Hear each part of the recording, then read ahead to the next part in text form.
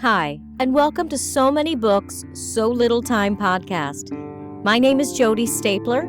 I'm an owner of a publishing company called Willow Moon Publishing, a podcaster, a voiceover artist, and an author. Stories are so important in our lives, and there are so many out there from independent authors and independent publishing companies that we may never find unless we trip over them on accident.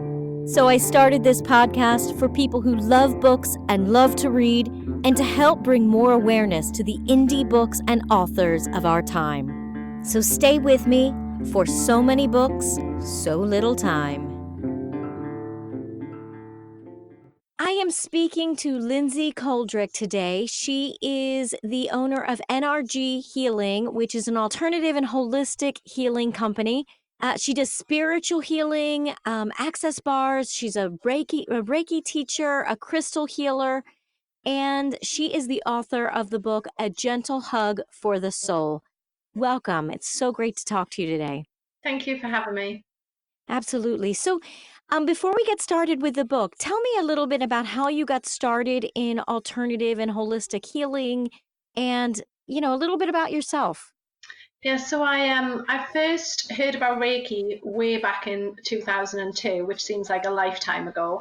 I was studying in Hong Kong, and a friend of mine went off on this retreat, and he came back telling me how he'd been laughing, he'd been crying, and when I asked him what he'd been doing, he said he'd been doing Reiki. And I remember him just placing his hands on my back, and I just felt this intense heat from it. And that was basically probably the very beginning of my spiritual journey. I went back to uni and I forgot about everything really. And then in 2005, I was going through a really stressful time with work, and I'd moved out. Me and my boyfriend had split up, and I'd moved house, and there was just a lot of stuff going on, and I felt as if I needed something. But I didn't want like a massage. I didn't feel like it was anything physical. I felt like it was something emotional. So I went for a Reiki treatment, and I remember walking away thinking, what a waste of time and a waste of money, because I didn't feel anything. And I think we're very much conditioned, aren't we, from early on, that if you don't see it, it's not real. And, if you can't feel anything, then it's not working. But I kept a diary at the time, and a couple of weeks later, I realised that I did feel a lot calmer, and I felt less stressed, and there was less emotional stuff going on. And then, from there, it just sort of opened a door. I went to learn my Reiki level 1. I started learning about crystals. I got into angel cards and tarot cards, and it's sort of spiraled, really. Yeah. So what made you want to write the book? I'd gone through another stressful time in my life. So my best friend, Lisa, passed away from cancer on my 36th birthday. And then just a couple of months later, me and my husband decided to separate and get divorced. So for me, it was a real time of drawing upon all these tools that I'd learned in theory and putting them to sort of practical use. And the tools I used just kept me sane through, like, both myself and my ex-husband were advised to live together for 6 months. And it was a very tough 6 months. Oh, I bet. Yeah, so I was speaking to the angels. I was asking the angels for help. I was doing angel card readings for myself. I was practicing Reiki. I was very aware of when my energies were starting to sort of get low, so I would top them up. I would use my crystals. And when I came out of that and had a couple of months to sort of let everything settle, I reflected back and I thought, if I hadn't have had any of these tools to help me through this, then I think mentally my emotional health would have been a lot worse. Do you know what I mean? Right. Absolutely. So Yeah. Go on. Yeah. That's a really good time for people to actually find those type of healings for themselves is when they're going through something. How often do you find that with people that you speak with or that you're healing, that they really don't think about this kind of stuff until they're really going through something? Yeah, a lot. So Yeah, yeah. a lot of my clients, when they come to me, they've sometimes they've been carrying emotional stuff for a very long time. Um, and it could be like 15, 20 years for some Mm. people. And for others, then they realize that something might have happened to them, and they've realized that they're not feeling in the same place as what they were before that thing happened. Yeah, yeah. So the book is it's I loved reading it. I Very think, interesting. The beginning of the book, of course, talks about energy and how what we put out is kind of what comes back to us. And there's so many books right now, well, in the last, what, decade or so, probably maybe even longer, like The Secret, that yeah. came with like saying, what you put out there is what will come back to you. And then it also talks about how other people's energies affect us. And I do Yeah, notice that. I notice that big time. If I'm a Girl Scout leader, so if we go out with something where there's a bunch of people all around, the next day I'm in bed for the rest of yeah. the day. Like it drains me so much to be up and with all those Mm, people. Now, why mm. is that? So if you imagine you've got a bubble around you, that's your aura, that's your energy. And when you're resonating at a slightly higher vibration, then what happens is you meet someone with a lower vibration and they feel that positivity from you, that happiness. So these people are called um, energy vampires.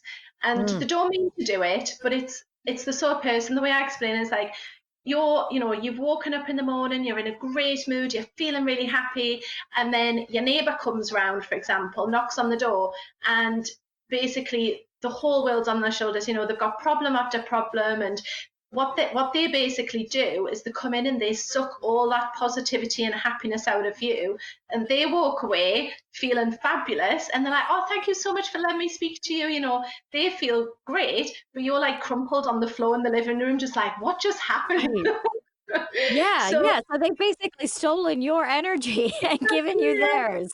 exactly. So Yeah. I think being aware of your own energy, and the things that you do to increase your vibration of your energy and to make it happy and positive and bright, you then need to protect it. So I mentioned in the book about grounding and protecting your energy, and it sounds like it's a really simple tool to use, but it makes a massive difference.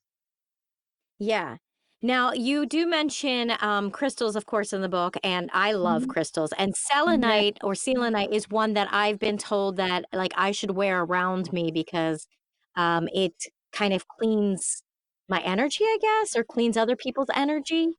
Yeah, so Is- selenite has the highest vibration of all crystals. So by wearing it, what it will do is, yeah, it will clean your aura and it will keep your aura clean. So it'll stop anyone coming and sort of like taking it, do you know what I mean, or getting their stuff into your energy. Yeah. Yeah. And of course, then they have the salt lamps, and I also have a selenite lamp as well Yeah. in my house. Love them. Um, but so that does the same type of thing, like cleans the energy in the house? Yes, yeah, yeah. So the lamps, Uh, the selenite lamps, they work through the crystal way, and then the Himalayan salt lamps are all to do with the ions in the air, and they remove. I always get this the wrong way around. They remove the positive ions and replace it with negative ions, so they have that sort of cleansing effect. okay. Okay. Um, Now you mentioned a lot about auras and um I mean, we hear about auras. I mean, I've actually had a picture taken that supposedly showed my aura. Yeah, Now, how does that kind of are those real, do you think, the pictures? And yeah. because that's a big thing. Yeah, definitely. So basically, when like we're not just made up of our physical body, so we're made up of different layers of energy around us, which is the aura. And what the aura does is it's a bit like your cellular memory around you. So if you think your brain can only store so much stuff, but what the aura does is it collects experiences and um, things that have gone on, sort of like when you were a child goes into your aura, the stuff from past lives in your aura. So having your aura around you basically embodies you as a spirit and as a soul being rather than just the physical being. Yeah. And now mine was like green and yellow, mostly green, but a little bit of yellow. It does now, will that change if I went to do it again, would it be different or does it always stay that? No, so it changes depending on what you're going through. So it depends on where you're at in your life right now, and it can Oh, depend okay. on what healing you've done on yourself as well. So I think if I remember rightly, one of the colours that is to do with like healing, for example. So someone who is a healer, I would expect to see the colour purple around them. Okay. Okay. And now can someone you say I think in the book you say you can see it with your naked eye. Yeah, so I practice sometimes. So the best way to like, because anybody can do it. It's not just, that I have this magical power. It's Yeah. available to everyone. It's just about practicing because when you start to see what can't be seen, your brain automatically kicks in and goes, oh, it's not real. You can't be seeing that. But Yeah. if somebody's standing against like a plain cream or white wall, if you just sort of stare above their head and allow your eyes to sort of come out of focus, when you're sort of daydreaming and Yeah. you just sort of stare just above the head, and what you'll start to see is like a little white fuzziness around the person. And like I said, your brain will kick in and go, oh, it's not real. So you blink and then it disappears. But Right, right.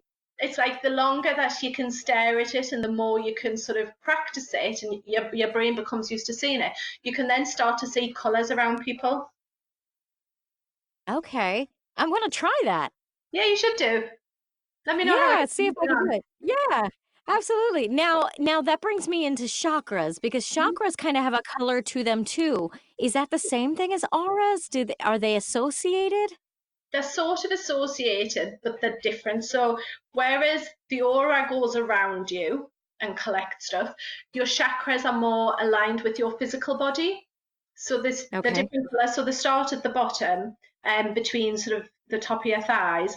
And we're taught in school, like Richard of York gave battle in vain to remember the colours of the rainbow. And it's the same Yeah. thing with chakras. So, they're the colour of the rainbow going up from the bottom to just above your head.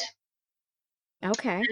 And what they do is, so they govern things around the physical body, the emotional body, and the spiritual body. So, for example, the root chakra, which is located between the thighs, is all to do with security, whether that's job, family, relationships.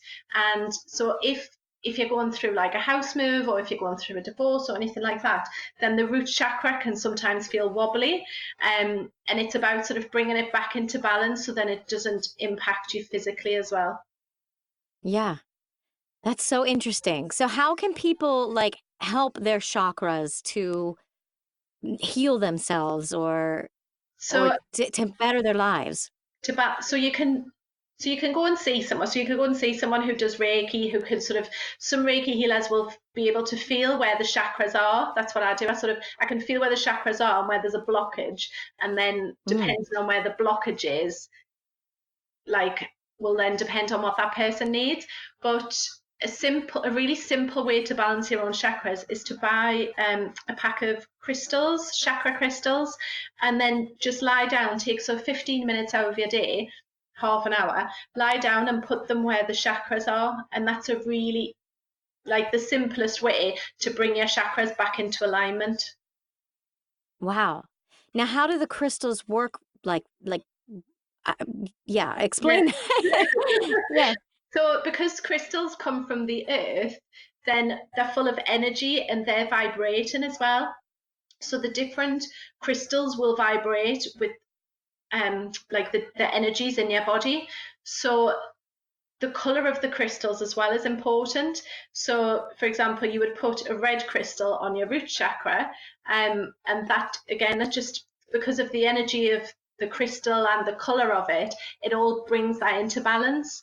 But yeah, the work because it's just the vibration of them and the energy that's inside the crystal. And Yeah. just holding them, sometimes you might get a feeling from a crystal. So, for example, Right. the crystal that I recommend to everyone, if you've never bought a crystal in your life, is to buy rose quartz. And the reason Mm, I recommend that one is because it's so, like, I call that crystal a gentle hug for the soul, because it's all to do with self-love and compassion and just loving yourself. And I think the more Yeah. people have a piece of rose quartz and that can start to love themselves, the better.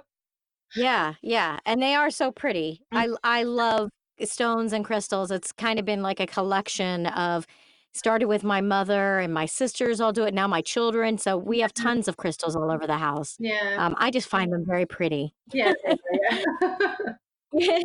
So now you did mention angel cards, Mhm. and I know that they're similar to tarot cards, which are always fun.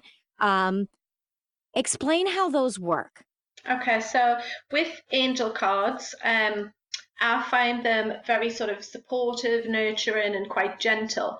And there's basically, when you buy a pack, there's pictures on them, and they come with a little book. And what you can do is you just shuffle them, and in your head, just say, right, what do I need to know today? And you're somehow guided to pick the card that's the right card for you. So I started Mm, by just doing one every day and keeping a diary to see what came up for me. And sometimes the same card would come up 2 or 3 days in a row. And I'd be like, how is that possible out of this pack of like over 50 cards? Um, right. and I would start off just reading the book and seeing what it meant for me. And then later on, I've just started sort of like looking at the picture, and it's more like a tool now for me to speak. Like when I'm doing my angel card readings, I just use them as a tool to connect with the person I'm doing the reading for. And I'll notice different symbols on the card that I might not have noticed before, or different colours, and what that means to me and what that could mean to that person. Yeah. Yeah. So the book that comes with the cards then. Yes, yeah. Every pack of cards that you buy always come with a little book to give you a description and just to help you understand the card a little bit more. Right. Okay. And how long have you been using this kind of thing? Since 2002, or did you start when you were younger? No, no, no. My family aren't really spiritual at all. It's just since I've started doing it that they'll be like, oh, okay, that's it. That sounds interesting. But Yeah. the angel cards, I only started really using those in maybe 2014. So I bought my first pack. No, I bought my first pack, sorry, in 2008. And then I sort of went away from them and I stopped using them. But I've been using them sort of consistently. I do them every week now for myself. I do 3 angel cards a week, to see what's coming up for me this week. And Yeah. yeah, I Now, come. go ahead. Can you do the same thing with tarot cards? Or like, do you like Yeah. instead of like laying out the whole thing, like, because yeah, I don't really know how to do that, but can I just pull a card? Because I do have some old tarot cards that were my mother's. Yeah, so with the tarot cards, you can, you just again just shuffle them and just say, right, what do I need to know today? Or you can do like a 3 tarot spread. So just pick 3 cards, and just say, right, what do I need to know? So I normally say the first one is the past, the second one is your present, and the third one is your future. Hmm. Okay. And again, Very cool. because I remember when I had my first set of tarot cards, I remember trying to read the book and to learn off by heart what the book was telling me about the card. But I only got into sort of 4 or 5 cards, and I thought I'm never going to remember all this. And it's not Yeah. about like memorizing the cards; it's about you learning yourself how to use the cards. Okay. So it's more like how you interpret them. Is Yeah, that what you mean? yeah, Okay. Okay. Um, I found it also very interesting that you had someone tell you that you had a spirit guide with you. yes, yeah. And you say that everybody has a spirit guide. Yeah, well, perhaps several who sort of appear through different times in our lives. So I'd been doing a spirit guide meditation for about 4 weeks constantly, because I was like, right, I really want to meet a spirit guide. I want to see who it is. And this was just before I was going through the divorce, and a Native American Indian appeared in front of me, and I just saw his face, and I was like, oh, hello. And in my head, I said, right, why am I here? What am I meant to do? And I just got to teach. And I said, to teach what? And he just started laughing and then disappeared. I was like, how was that helpful? Yeah. And then yeah, at the fair, yeah, there was a monk. So the Native American Indian was very much with me whilst I was going through the divorce, and I was having lots of dreams, about Native American Indians and about the horses they had. And then when I was writing my book, I could feel this monk with me, and when I was meditating, he would often come through and bring sort of peace for me and some sort of like writings as well. Yeah. Wow. Now, did like what did you think when you first saw that Native American in front of you? Like, I was pleased that he'd finally come through. I was like, yeah, yeah, like, and I think sometimes we can try too hard, for things to happen. yeah. But yeah, and he's never really appeared since, apart from, like I said, when I was going through the divorce, I felt like he was with me, and then Right. yeah, I've never felt him since. So I think because I'd had an Akashic record reading done years ago, and they said that there was a Native American Indian with me, a French lady, and who likes to write, and a lady from the Isle of Skye who used to work with crystals and herbs. So Wow. I feel like I've got a bit of all of their energy. Yeah. So, okay, so how do people use your book to help themselves, and how do you explain to them that what they can get from your book? So I think when I first wrote it, I thought it was going to be for people who were going through big transitions in their life or big changes. But a lot of the feedback I've had has been that it's more like a really like simple introduction to spirituality, um, Mm, and that they've found that because I've included the little practical tips in there, that they can then go away and explore what it is that they feel most drawn to. So when I was writing it, I was very conscious of the fact that a lot of self-help books in sort of like in the bookstores are quite thick. So like there's massive books on mindfulness or massive books on gratitude, and it's not that complicated. So I wanted it to be really accessible, really, to anyone. right. Right. And do you feel like people, because this kind of spirituality is considered sometimes some hippie-ish, Mm, or like American hippie. Other times it's like yeah, witchcraft. yeah. Um, yeah. So where do you feel like this all fits, or is it all part of the same thing, like Buddhism and Hinduism and kind of a mix of everything? I think it's, yeah, it's a bit of a mix, and it's just about how we can be kind to ourselves and how we can be kind to others and healing ourselves as well. So yeah, I mean, I've been called a witch and I've been called a hippie, and people say, "Oh, you don't look like a witch," and I'm like, I don't class myself as a witch, and I don't have Yeah. like use that label. Um, but I just think the tools that are there, yeah, they're just like it's a combination. So it doesn't matter whether you're Christian and you believe in God, or whether you're Catholic or Muslim or whatever. The tools that are in the book are for everyone, and it doesn't matter what religion I believe you're from. Does that make sense? Right. Yeah, Mm. absolutely. Well, and it's funny too because there's some people that, maybe I don't even want to go here, but people that are strong Christian oriented get really afraid by this kind of stuff. Mm. But when you really think about how they pray, Yeah, it's really doing the same thing. It's you're lighting candles, you're praying. It's almost like making a spell, yeah, or it's just the word that you call it. exactly. And like I tend to call it or whatever. I either call it source or upstairs or the universe or whatever I feel like calling Yeah, it. I feel like it's got many names. I think right. that, yeah, God is one of them, or Allah can be another, or source or creator, or whatever you feel most comfortable calling it with and believing Yeah, in, then yeah. yeah, it's up to you, isn't it? Absolutely. Well, and I think there's so much power and almost sometimes disdain in a name of something Mm. where it's really all the same thing, and people hear a name of something and either they are drawn to it or they're frightened by it Mm. or whatever. And I think people need to get away from the Yeah, labels. definitely. Because I think the name witch is awesome. Like that's like a feminism Mm. name to me. Like, I wouldn't mind you calling yourself a Yeah. witch. I was having a conversation with my friend the other day though, because since I set up my business, I'm like, and people say, "Oh, so what do you do? Who are you?"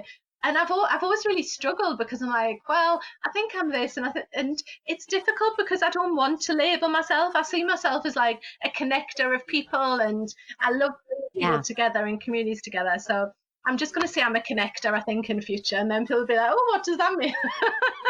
Right, right. No, that's perfect. Yeah. And another thing you bring up in the book is the numbers, repetitive numbers, and they are called angel numbers. Yeah, so it's basically just another way of opening up to the universe and looking for signs. So, often someone will say, "Oh, please send me a sign and show me that I'm on the right path or I'm doing the right thing." But then they Yeah, might not see any of the signs around them because they're just so blinkered. So things like, when you see a bird or like, because whenever I see a robin, to me, it's like, you're doing the right thing, Lindsay, you're on the right path. Or yeah, so if you see numbers, like you can always sometimes look at your clock. So, for example, I've just looked down at my laptop and it's got like 12:02 2019. So for me, that's like 222. And I do see 222 quite a lot of the minute. Or when you switch on your phone, it might always be like 1444, for example. So it's yeah, just ways of the angels sort of communicating with us rather than just stand there going, right, hi, I'm angel such and such, and I'm here to help you with this. Do you know what I mean? Because I think yeah. if I feel like, Now, what? go on. Okay, well, does it have to be a repetitive number itself? Like, because I constantly see, and it's strange, but constantly see the numbers 3, 6, and 9 together, mixed in different ways, Yeah, no, all the time.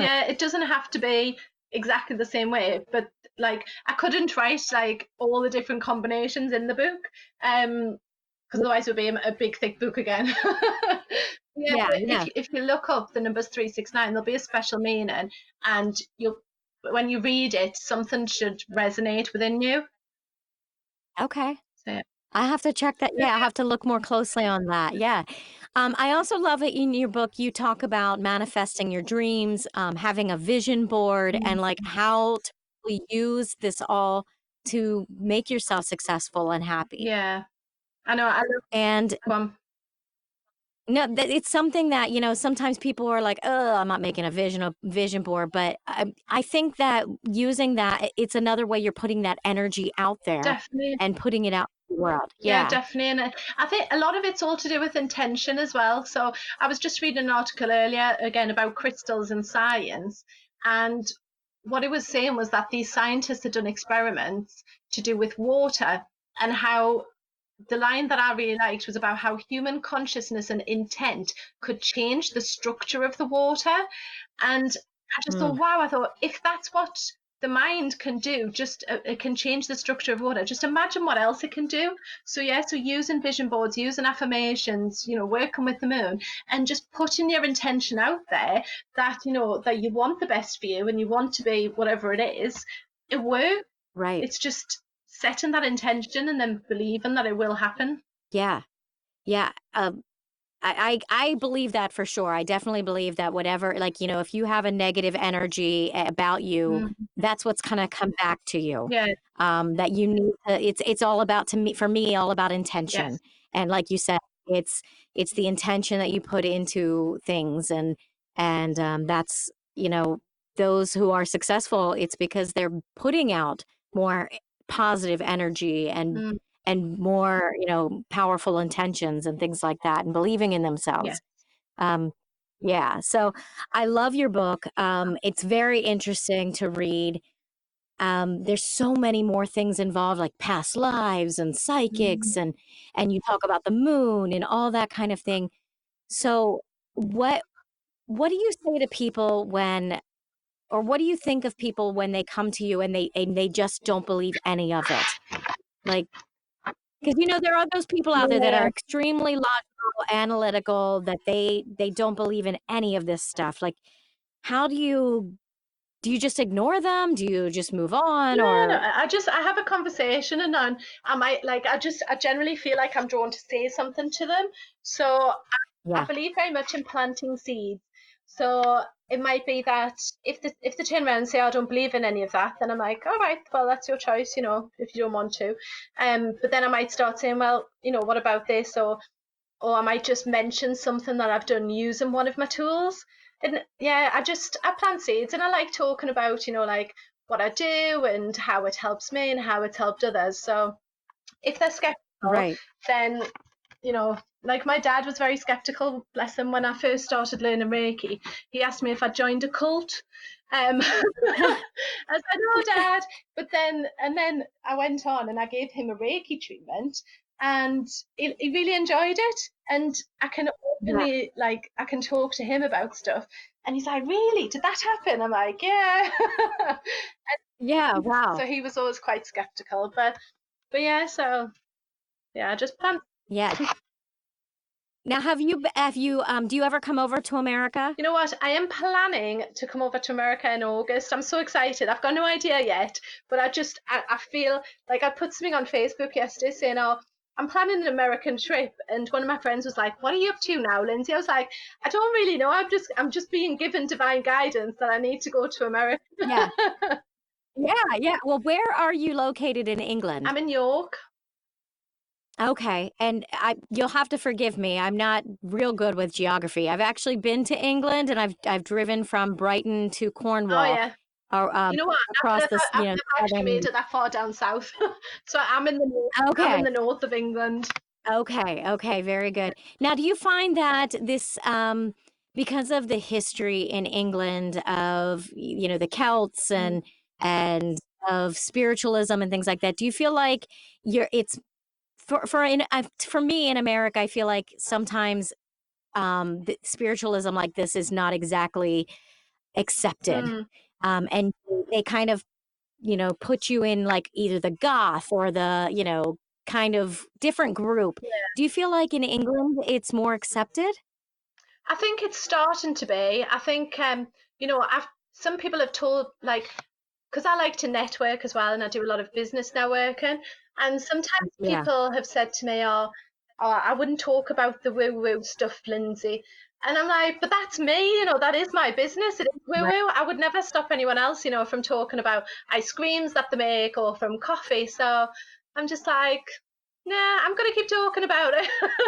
But Yeah. I Yeah. think I think there is starting to be like a big rise in people who are starting to look for sort of alternatives, who are maybe stressed out, they're feeling anxious, and they're like, "I don't want to feel like this, but I don't want to be medicated." Do you know what I mean? And Yeah. there's a lot of stuff as well at the minute around sort of to do with autism in England and with children with Mm. autism and ADHD, and sometimes they're being medicated, and then it's like that's, do you know what I mean? It's starting a Yeah. set of problems. So I think people are starting to look for alternatives, and people like Right. myself we're starting to put ourselves out there much more. So doing Facebook Lives, doing readings, telling people who we are and what we actually do and how we help them. Yeah. Yeah. And it's funny because I know a lot of people that are really into yoga and meditation, and it's really part of this as well. Yeah, definitely. Yeah. Yeah. Sorry, Jodie, I'm gonna have to go because my kids are coming back. Oh, that's okay, that's Is that okay. all right? Let's tell everybody where they can find you and where they can find your book, A Gentle Hug for the Okay, Soul. so my book's available on Amazon, and my website is energyhealing.co.uk. It's currently in the process of being rebranded. You can also head over to Facebook. I'm on there, Energy Healing, Twitter, I'm Lindsay Coldrick, and Instagram, Energy Healing York. Well, thank you so Thank much. you. Thank you for joining me today and talking about this. It's so very Oh, interesting. thank you, Jodie, for having me. I want to thank Lindsay Coldrick for joining me today and talking to me about a gentle hug for the soul, providing comfort and reassurance in times of need.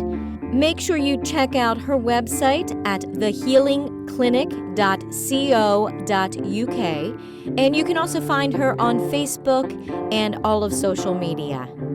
And I want to thank you for joining me on So Many Books, So Little Time.